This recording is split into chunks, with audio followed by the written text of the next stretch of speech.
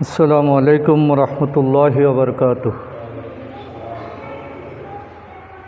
इन्नल हम्दुलिल्लाह नहमदुहु व नस्तईनुहु व नस्तगफिरुहु व नुमिनु बिहि व नतवक्कलु अलैहि व नऊज़ु बिल्लाहि मिन शुरूरि अनफुसिना व मिन सय्यिआति अमालिना।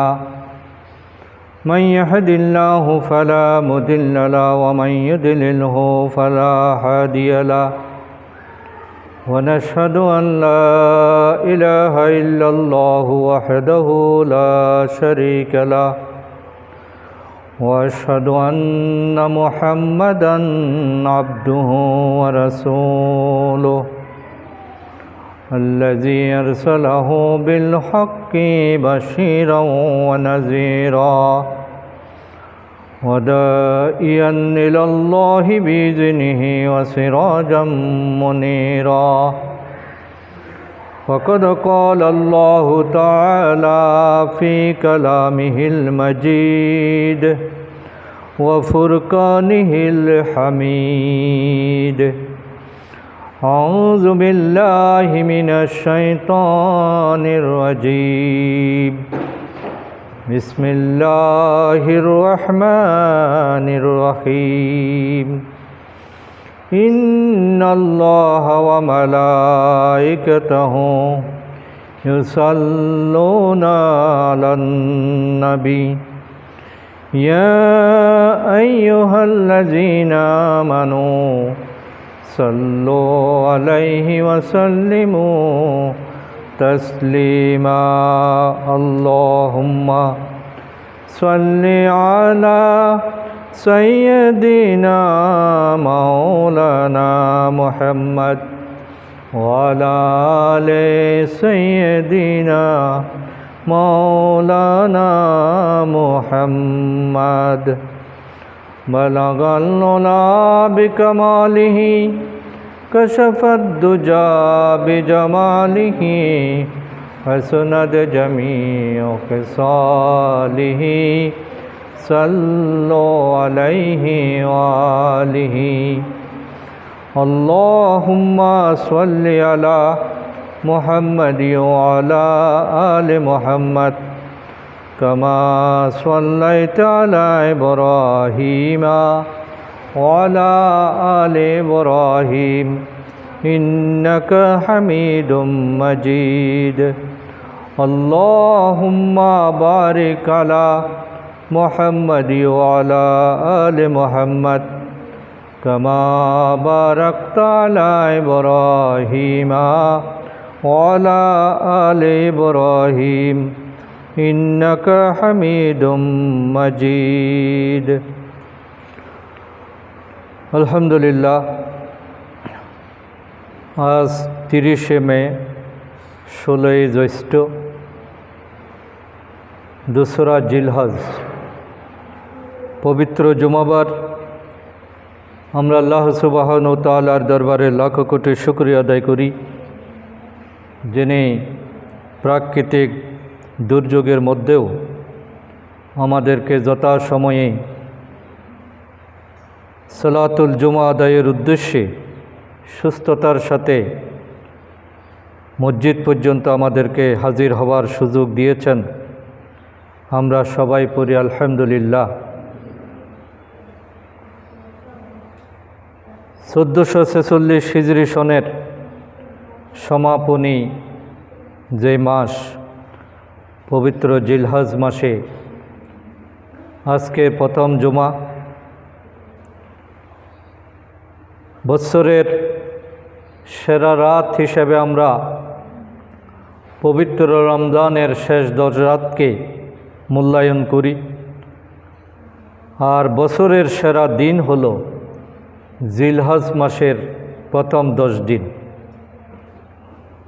রাত হিসাবে রমজানের শেষ দশক আর দিন হিসাবে জিলহজ মাসের প্রথম 10 দিন অত্যন্ত গুরুত্বপূর্ণ এবং আমলের সময়।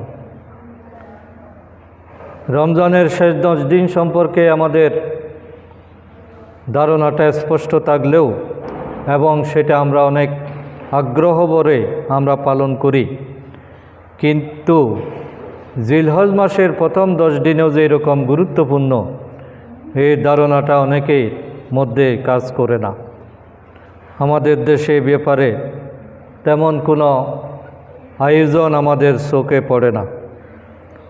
অথচ অনেক ইসলামিক স্কলার বলেছেন যে রমজানের তুলনায় জিলহজ মাসের এই প্রথম 10 দিনের গুরুত্ব কোনো মতেই কম নয়, বরং কোনো কোনো ক্ষেত্রে এটা আরও বেশি। কারণ এই জিলহজ মাস হলো এমন একটি মাস যে মাসে পবিত্র হজ পালন করতে হয়। ইসলামের 5টি যে মৌলিক ইবাদত, তার মধ্যে শুধু হজকে কেন্দ্র করে আল্লাহ তাআলা একটা আলাদা সূরা নাজিল করেছেন এবং সূরার নামকরণ করেছেন সূরাতুল আল হজ। এর থেকে আমরা বুঝতে পারি যে এই মাসের গুরুত্ব কতটুকু। জিলহজের শুরু হওয়ার সাথে সাথে আল্লাহ তাআলাকে অধিক স্মরণের কথা বলা হয়েছে এবং প্রথম 9 দিন নফল রোজা রাখা এটা অনেক গুরুত্বপূর্ণ একটি আমল। এই সময় আমাদেরকে বেশি বেশি নফল সালাত আদায় করার চেষ্টা করতে হবে, তেলাওয়াতের পরিমাণ বাড়িয়ে দিতে হবে, সৎ কাজ, ভালো আমল, নেক আমল যত বেশি করা যায় প্রতিযোগিতা করতে হবে। এবং এই মাসের একটি গুরুত্বপূর্ণ আমল হলো, সাহাবায়ে কেরাম যখন জিলহজ মাস আসতো তখন তারা বাজারে গিয়ে, যেখানে অধিক মানুষ আছে সেখানে গিয়ে তারা উচ্চস্বরে তাকবীর দিতেন। যে তাকবীরটা আমরা সাধারণত 9 তারিখ থেকে 13 তারিখ নামাজের পরে দিয়ে থাকি, ওটা আমাদের জন্য বাধ্যতামূলক। কিন্তু এমনি গুরুত্বের দিক দিয়ে এটা জিলহজ মাসের সূচনা থেকেই এই আমলটা করা যায়। যেখানে আমরা মানুষ দেখব সেখানে তাকবীর ধ্বনি দেওয়া এবং তাকবীর দেওয়ার ব্যাপারে উৎসাহিত করা, এটা স্মরণ করিয়ে দেওয়া, এটা খুবই গুরুত্বপূর্ণ বিষয়।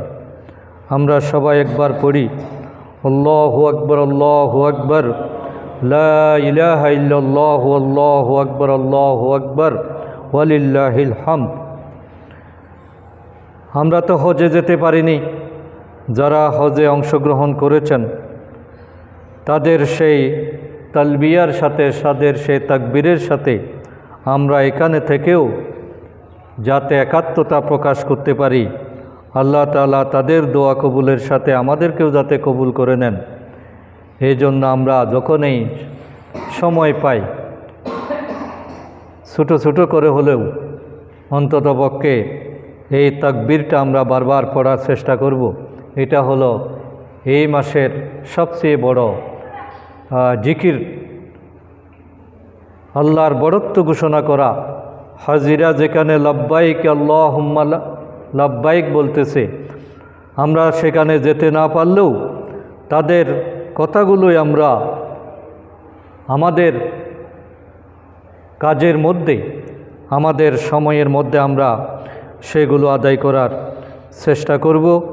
আল্লাহু আকবার, আল্লাহু আকবার, লা ইলাহা ইল্লাল্লাহু, আল্লাহু আকবার, আল্লাহু আকবার, ওয়ালিল্লাহিল হামদ। আল্লাহ তাআলার এই প্রশংসার মধ্যে যদি আমরা থাকি তাহলে আল্লাহ তাআলা হয়তো আমাদেরকে কবুল করে নিতে পারেন এবং তিনি তার বড়ত্ব মহত্ব দিয়ে আমাদের জীবনকে ধন্য করতে পারেন, আমাদের গুনাহ মাফ করতে পারেন, আমরা আল্লাহর প্রিয় বান্দা হতে পারি। এই জন্য এই মাসের এই আমলটা আমরা যাতে বারবার চর্চা করার চেষ্টা করি। গত জুমায় আমরা কোরবানির ব্যাপারেই সূরা সাফফাতের আয়াতগুলো আলোচনা করছিলাম। ইব্রাহিম আলাইহিস সালামের এই যে কোরবানির নিদর্শন, আল্লাহ তাআলা এটাই আমাদের জন্য কিয়ামত পর্যন্ত বাধ্যতামূলক করেছেন।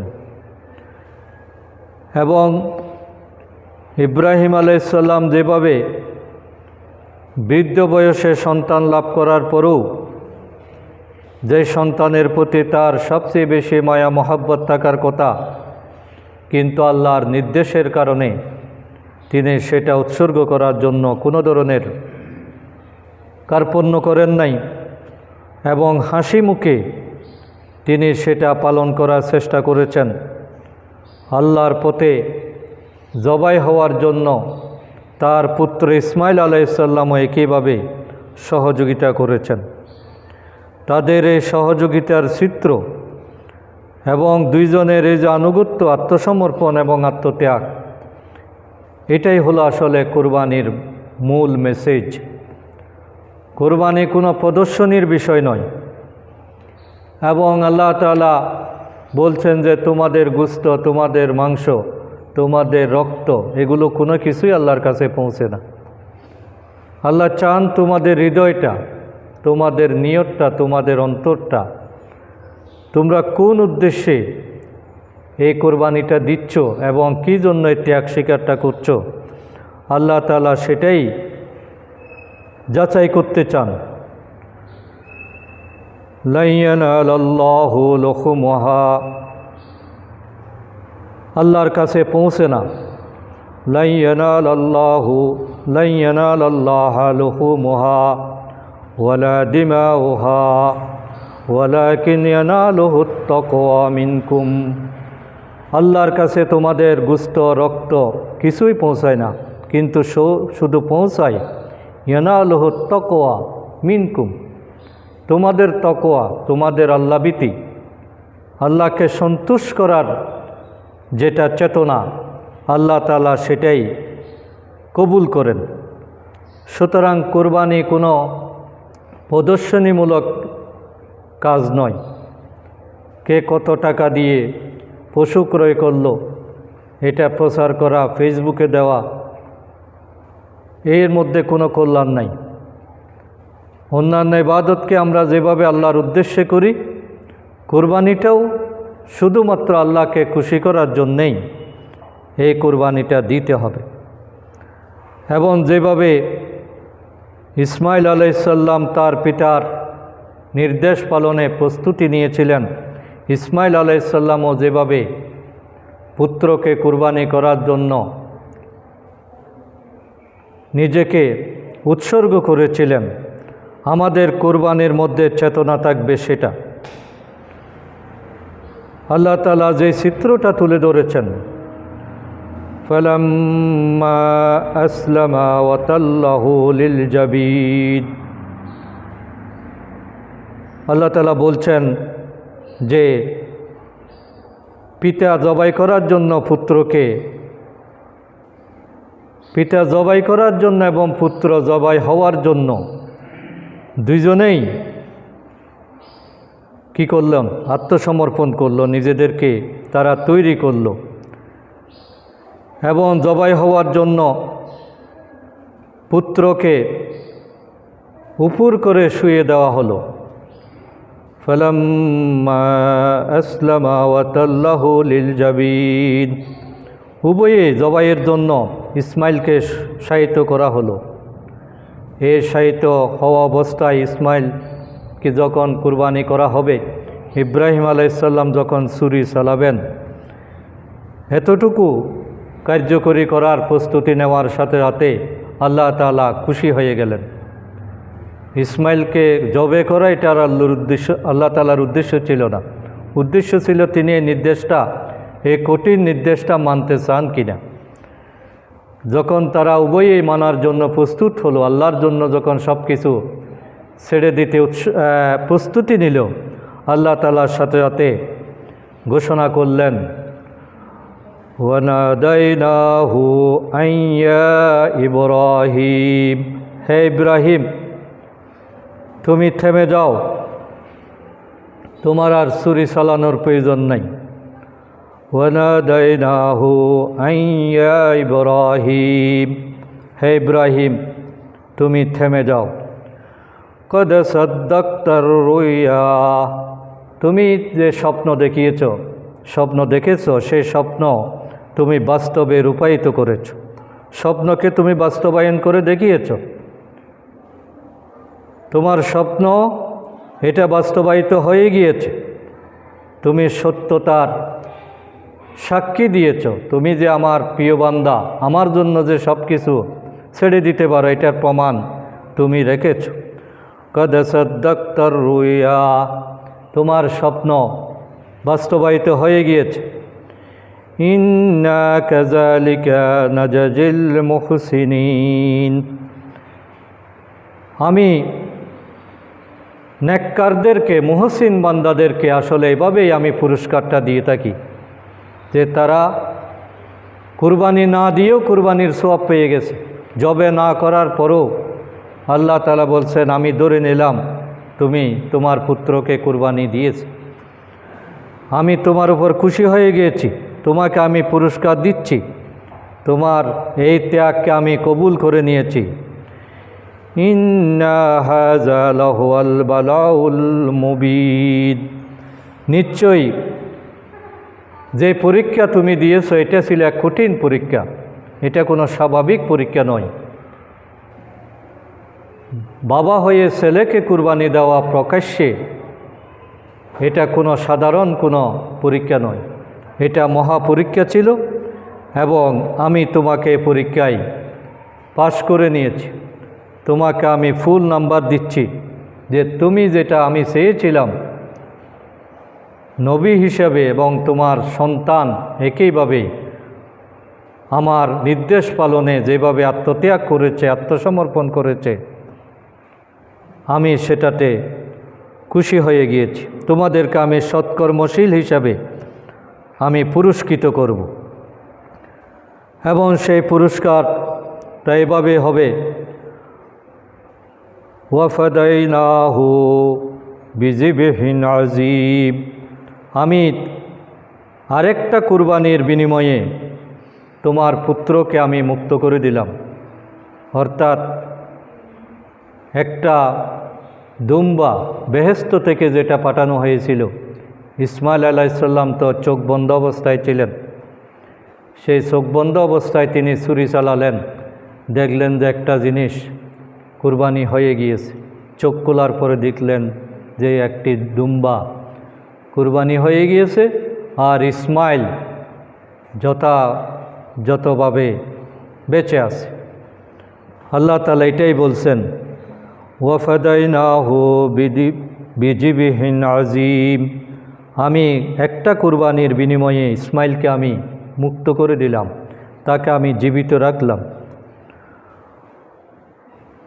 ওয়াতারাকনা আলাইহি ফিল আখিরিন, আর এই স্মৃতি যাতে কিয়ামত পর্যন্ত অব্যাহত থাকে, দুনিয়ার মানুষ যাতে এটা অনুসরণ করে, পরবর্তী সকল জাতির জন্য আমি এটাকে স্থায়ী করে দিলাম। ওয়াতারাকনা আলাইহি ফিল আখিরিন, পরবর্তীদের জন্য আমি কুরবানির এই রীতিকে জারি করে দিলাম। সালামুন আলা ইব্রাহিম, হে ইব্রাহিম, তোমার প্রতি বর্ষিত হোক সালাম, শান্তি, তুমি অনেক মর্যাদার অধিকারী, কিয়ামত পর্যন্ত মানুষ তোমাকে সালাম করবে, তোমার উপর শান্তি বর্ষিত হবে। যত মানুষ কুরবানি করবে সকল কুরবানির ফজিলত সওয়াব তোমার বাগে চলে যাবে। এই যে স্থায়ী শান্তির ব্যবস্থা আল্লাহ তাআলা করে দিলেন। সালামুন আলা ইব্রাহিম, ইব্রাহিম তোমার প্রতি বর্ষিত হোক সালাম। কাযালিকা নাজাজিল মুহসিনিন, এভাবে আমি সৎকর্মশীলতাকে, মানুষের কোনো ভালো কাজকে আমি বিলীন করে দিই না, প্রত্যেক ভালো কাজ আল্লাহর কাছে পুরস্কার পেয়ে থাকে। তুমি যেভাবে আমার কাছে ত্যাগের নজির দেখিয়েছ, আমি অত্যন্ত খুশি হয়ে গিয়েছি। আজীবনের জন্য তোমার এই সৎকর্মটাকে আমি কবুল করে নিলাম, সকলের উপর এই নীতিকে আমি জারি করে দিলাম, এবং তুমি যে আমার মুমিন বান্দাদের অন্তর্ভুক্ত এটা আমি স্বীকৃতি দিয়ে দিলাম। ইন্নাহু মিন ইবাদিনাল মুমিনিন, তুমি হলা আমার মুমিন বান্দাদের অন্তর্ভুক্ত। তাহলে মুমিন হওয়ার জন্য, আল্লাহর সত্যিকার বান্দা হওয়ার জন্য আত্মসমর্পণ এটাই ছিল আসলে সবচেয়ে গুরুত্বপূর্ণ বিষয়। ইসলামের মূল স্পিরিট হলো এটা। ইসলাম শব্দের মানই হলো নিজেকে বিলিয়ে দেওয়া, নিজেকে সারেন্ডার করা, আত্মসমর্পণ করা। মুসলিম শব্দের অর্থ হলো আত্মসমর্পণকারী, অর্থাৎ আমার কাছে কোনো কিছু নাই, আল্লাহ তুমি যেটা বলো সেটাই আমি। তুমি যদি নামাজ পড়তে বলো আমি নামাজ আদায় করব, আর তুমি যদি নিষেধ করো সেটা আমি পালন করব না। হ্যাঁ এবং না, এই দুটা মানাটাই হলো মুসলমানের চরিত্র এবং এটাই মুসলমানিত্ব। এভাবে কুরবানির এই বিশাল ইতিহাস আল্লাহ তাআলা তার কালামে পাকের মধ্যে ধারাবাহিকভাবে বর্ণনা করার মাধ্যমে মূলত কিয়ামত পর্যন্ত আমরা যাতে এই ইতিহাস ভুলে না যাই এবং আমাদের মূল করণীয় কি, আল্লাহকে খুশি করার জন্য কত ধরনের স্যাক্রিফাইস দরকার, এটা শিক্ষা দেওয়ার জন্যই আল্লাহ তাআলা এই কাহিনীটা আমাদের সামনে উপস্থাপন করেছেন এবং কুরবানির এই ইবাদতটা আমাদের জন্য বাধ্যতামূলক করে দিয়েছেন। কুরবানির দিন সবচেয়ে বড় ফজিলতপূর্ণ কাজ হলো আল্লাহ রাস্তায় পশু কুরবানি করা। ওই দিনের জন্য এটাই সবচেয়ে বড় আমল। এজন্য যারা কুরবানি দিতে সক্ষম তারা যদি এখান থেকে বিরত থাকে তাহলে এটা একটা বিরাট নাফরমানির পর্যায়ে পড়ে যায়। যাদের উপর কুরবানি করার সক্ষমতা আল্লাহ তাআলা দিয়েছেন, সেই সক্ষমতা শুকরিয়া আদায় করতে হবে কুরবানি করার মাধ্যমে। কারণ রাসূল সাল্লাল্লাহু আলাইহি সাল্লাম বলেছেন যে আল্লাহ তাআলার কাছে দুইটি ফোঁটা সবচেয়ে বেশি প্রিয়। আল্লাহ দুইটির ফোঁটা বেশি কবুল করেন, ভালোবাসেন। লাইসা শাইউন আহাব্বা ইলাল্লাহি মিন কাতরাতাইন। আল্লাহর নিকট দুইটি ফোঁটার চেয়ে প্রিয় কোনো ফোঁটা নাই। লাইসা শাইউন আহাব্বা ইলাল্লাহি মিন কাতরাতাইন। একটা হলো কাতরাতি দুমুইন মিন খাশিয়াতিল্লাহ, যারা আল্লাহর ভয়ে, আল্লাহকে খুশি করার জন্য স্বতঃস্ফূর্তভাবে নিজের চোখের পানি ফেলে, চোখ থেকে যে পানির ফুটা বের হয় আল্লাহ তাআলা বলছেন এটাই আল্লাহ তাআলা সবচেয়ে বেশি পছন্দ করেন। কোনো বান্দা আল্লাহর কাছে যখন মাপ চায় এবং লজ্জিত হয়ে ক্ষমা প্রার্থনা করে এবং কান্না করে, সেই কান্নার ফুটা মাটিতে পড়ার আগেই আল্লাহ তাআলা তাকে মাফ করে দেন। এই জন্য মুমিন বান্দার বৈশিষ্ট্য হলো আল্লাহর কাছে বেশি বেশি চোখের পানি ফেলার চেষ্টা করা।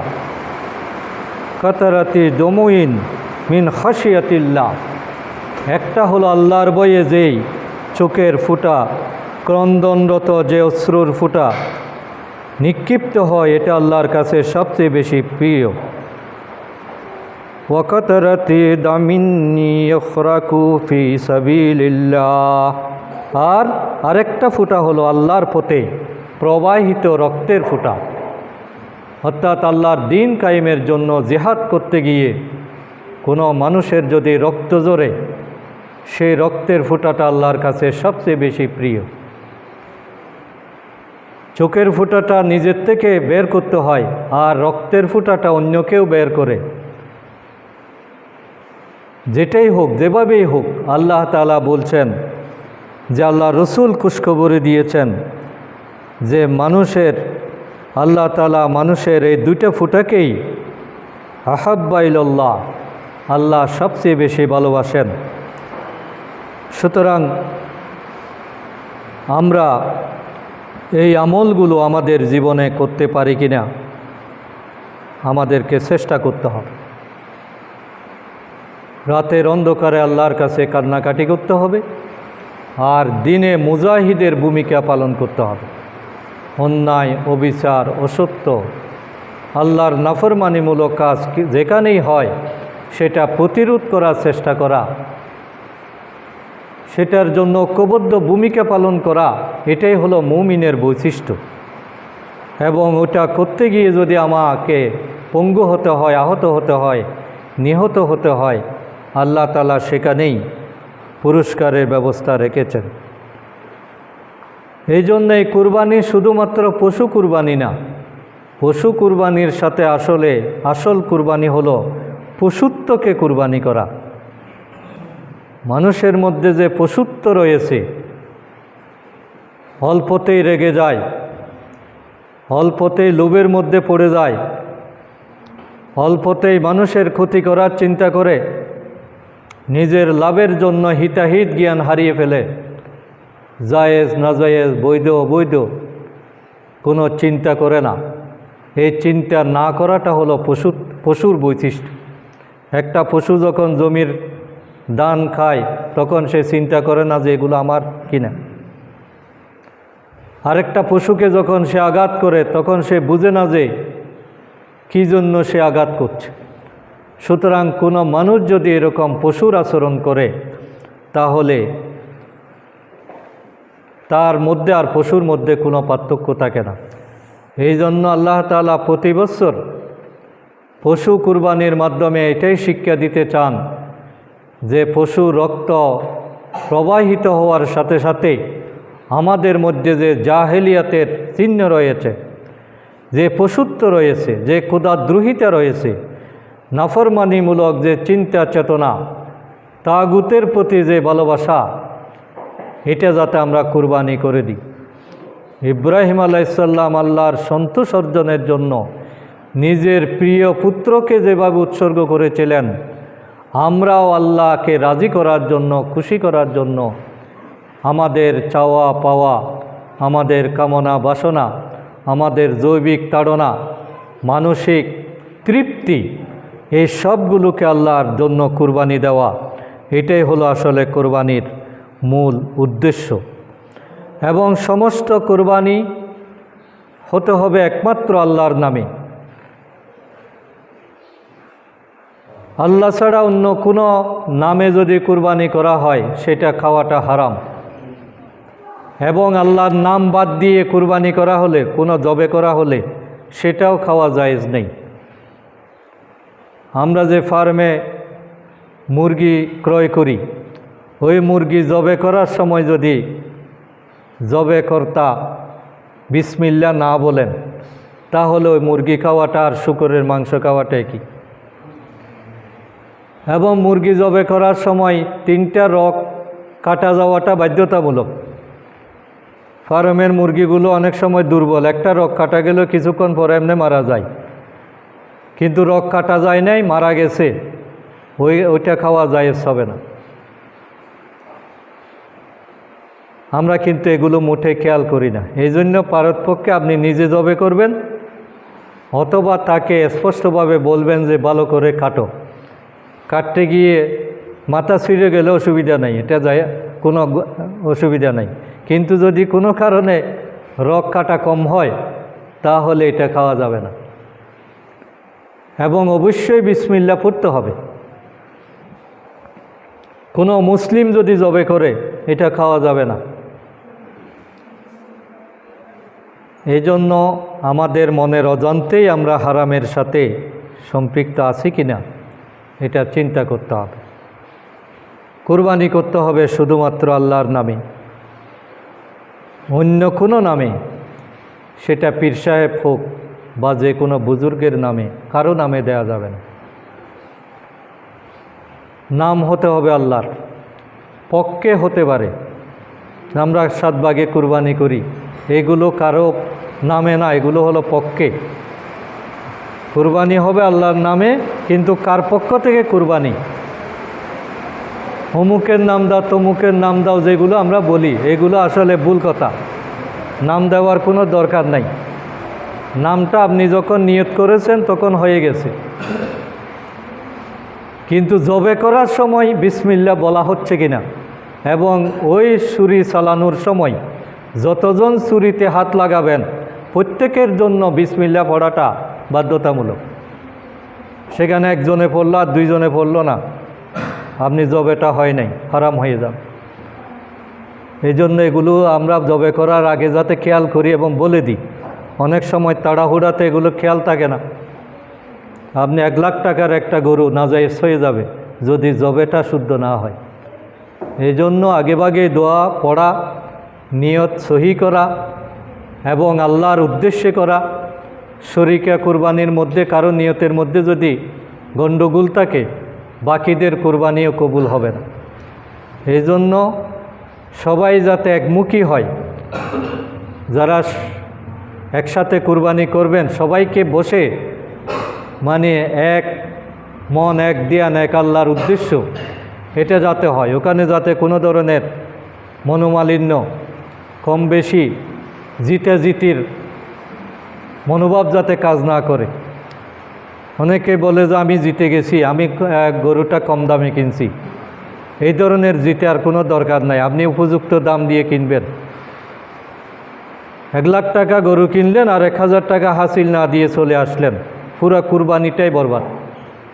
কারণ আপনি আরেকজনের হক ধ্বংস করে কুরবানি করলে তো হবে না। এই জন্য এই ধরনের চালাকি যাতে আমরা না করি। যা হবে কথাবার্তার মাধ্যমে হবে। ওই হাসিল যিনি নেন সে তো একটা ইনভেস্ট করেছে এখানে, তা আপনি তাকে ফাঁকি দিয়ে যে চলে আসলেন, তাহলে এটা আসলে ঠিক হলো না। আর কাউকে বুলিয়ে বালিয়ে কম দেওয়ার মধ্যে কোনো সার্থকতা নেই। আপনি পারলে 2-1000 টাকা বেশি দেন, রিস্ক মুক্ত।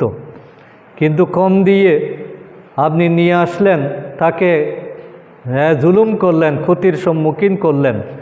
তাহলে আমি কোরবানি করতেছি, আমি 1 লাখ টাকা খরচ করতেছি তো আল্লাহর উদ্দেশ্যে। ওইখানে জিতা মানে আল্লাহ কবুল করা, গুস্ত খাওয়াটা জিতা না, টাকা কম দেওয়াটা জিতে যাওয়া না। এখানে সফল হওয়া মানে আল্লাহ আমার কুরবানি কবুল করেছেন কিনা। তাহলে কুরবানি কখন কবুল করবেন? যদি আমার মনটা ফ্রেশ থাকে, আমি যদি কাউকে ঠকানোর চিন্তা না করি, কার উপর যদি জুলুম না করি, আমি যদি আল্লাহর উদ্দেশ্যে খরচ করি। তা আমরা এই ছোটোখাটো বিষয়, এগুলো আসলে আমাদের নলেজের মধ্যে অনেক সময় কাজ করে না, এবং তুলনা করার কোনো দরকার নাই যে অমুকেরটা কম দামে কিনেছে, আমারটা বেশি দাম হয়ে গেছে। মন খারাপ করার কোনো দরকার নাই, কারণ আমি যা দিচ্ছি সব আল্লাহর জন্য। 50,000 টাকা গেলেও যা, 60,000 টাকা গেলেও যা, ওইখানে মানে কম আর বেশি কি? আমি তো 1 টাকাও আমার দেওয়ার দরকার ছিল না যদি আল্লাহ রাজি না হন। এই জন্য যা করতেছি আল্লাহর জন্য করতেছি। এটা একেবারে লিউজিহিল্লা। আল্লাহ কোন কাজে খুশি হন, কিভাবে আচরণ করলে খুশি হন, আল্লাহ তা আমার মন দেখবেন। এই যে আমার গোশতও খায় না, রক্তও যায় না, কিন্তু আল্লাহ দেখবেন আমার হৃদয়, আমার তাকওয়া, আমার আমল, আমার সহি নিয়ত, এটা যাতে আমরা ভুলে না যাই। 6 প্রকার গৃহপালিত চতুষ্পদ প্রাণী কুরবানি করতে হয়। কোনো 2 পাইয়া প্রাণী কুরবানি করা জায়েজ নাই। কুরবানি হওয়ার জন্য 5-8টা লাগবে, এবং সেটা অবশ্যই গৃহপালিত প্রাণী হতে হবে। কোনো বন্য প্রাণী খাওয়া জায়েজ, কিন্তু কুরবানি জায়েজ নাই। যেমন হরিণ, হরিণ দিয়ে কুরবানি করলে জায়েজ হবে না, কারণ এটা বন্য প্রাণী। যদিও বা হরিণ খাওয়া না জায়েজ নয়, কিন্তু প্রাণীটা হতে হবে 4 পাওয়ালা আর গৃহপালিত। গৃহপালিত হওয়ার কারণ হলো যে আল্লাহ নবী ইব্রাহিম আলাইহিস সালাম নিজের ছেলেকে কুরবানি দিয়েছেন। তো যে কোনো গৃহপালিত প্রাণীর প্রতি মানুষের একটা মায়া থাকে, একটা আন্তরিকতা থাকে, একটা ভালোবাসা থাকে। তাহলে গৃহপালিত একটা প্রাণীকে কুরবান দেওয়া মানে আপনি ভালোবাসার প্রমাণ দিচ্ছেন, যেটা বন্য প্রাণী দিলে প্রমাণিত হয় না। এই জন্য চতুষ্পদ এবং গৃহপালিত প্রাণী দ্বারা কুরবানি করাটাই ওয়াজিব। 6 প্রকার প্রাণীকে নির্দিষ্ট করা হয়েছে কুরবানির জন্য। উট, গরু, মহিষ, এই 3টা বড় সাইজের, আর দুম্বা, ছাগল, বেড়া, এই তিনটা হলো ছোটো সাইজের। প্রথম তিনটাকে 7 ভাগে কুরবানি করা যাবে, আর বাকি তিনটা হলো একজনের জন্য একটাই। ওভাবে কুরবানির এই 6টা পশুর বাইরে অন্য কোনো পশু দিয়ে কুরবানি করা যাবে না। কুরবানির পশুটা হতে হবে সুস্থ, সবল, সুন্দর এবং ত্রুটিমুক্ত। শিং ভাঙা, কান কাটা, চোখ নষ্ট, হাঁটতে পারে না, খুবই দুর্বল, দেখতে বিশ্রী, এই ধরনের পশু দিয়ে কুরবানি হবে না। ইব্রাহিম আলাইহিস সালাম যেখানে নিজের ছেলেকে কুরবানি দিয়েছেন, আর তার বিনিময়ে আপনি একটা পশু দিচ্ছেন, সেই পশুটা যদি আকর্ষণীয় না হয়, এই জন্য মোটা চেয়ে সুন্দর দেখাটা বেশি জরুরি। কুরবানি গোশত কত হবে সেটা বেশি বিবেচনার চেয়ে কতটুকু সুন্দর, সুশ্রী, হৃষ্টপুষ্ট, তাজা এবং দেখতে আকর্ষণীয়, এটাতে সওয়াব বেশি পাওয়া যায়। এবং এভাবে আমরা কুরবানিগুলো দেওয়ার চেষ্টা করব। তা আল্লাহ তাআলা এভাবে যদি আমরা কুরবানি দিই, ইব্রাহিম আলাইহিস সালামকে যেভাবে মুহসিনদের অন্তর্ভুক্ত করেছেন, মুমিনের অন্তর্ভুক্ত করেছেন, সালেহিনদের অন্তর্ভুক্ত করেছেন, আল্লাহ পাক আমাদেরকেও সেভাবে মর্যাদা দেবেন। এবং সেই মর্যাদার অধিকারী হওয়ার জন্য আমি সূরা আল ফুরকানের কয়েকটা গুণাবলী, মুমিনের গুণাবলী আপনাদের সামনে তুলে ধরছি। একজন মুমিন হওয়ার জন্য আমাদের কি বৈশিষ্ট্য হওয়া দরকার এবং সত্যিকার আল্লাহর বান্দার পরিচয় কি। সূরা ফুরকানের শেষ রুকুতে অনেকগুলো গুণ, প্রায় 16টার মতো গুণাবলী আল্লাহ তাআলা সেখানে তুলে ধরেছেন। তার মধ্যে কয়েকটা বিষয় আমরা নির্দিষ্ট সময়ের মধ্যে বলার চেষ্টা করি। আল্লাহ তাআলা যাতে আমাদেরকে এগুলো আমল করার তৌফিক দান করেন। এবং এই মাসটা হলো তওবা কবুলের মাস, গুনাহ মাফের মাস, আল্লাহর সন্তুষ্টি অর্জনের মাস।